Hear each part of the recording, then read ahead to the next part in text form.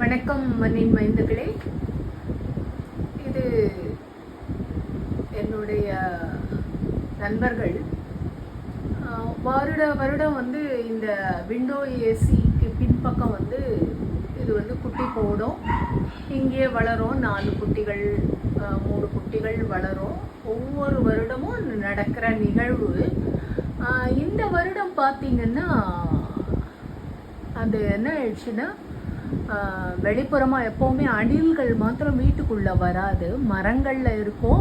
ஆனால் குட்டி போடுறது வீட்டுக்கு வெளிப்புறமாக இருக்கிற பகுதிகளில் கூடு அமைச்சு தான் குட்டி போடும். ஆனால் இந்த தடவை வெயிலோட தன்மை தெரிஞ்சதாலவா என்னன்னு தெரியலை, எங்கள் வீட்டுக்குள்ளே பீரோ மேலே ஒரு சின்ன கூடு கட்டி அதில் குட்டி போட்டிருந்தது. நான் ரொம்ப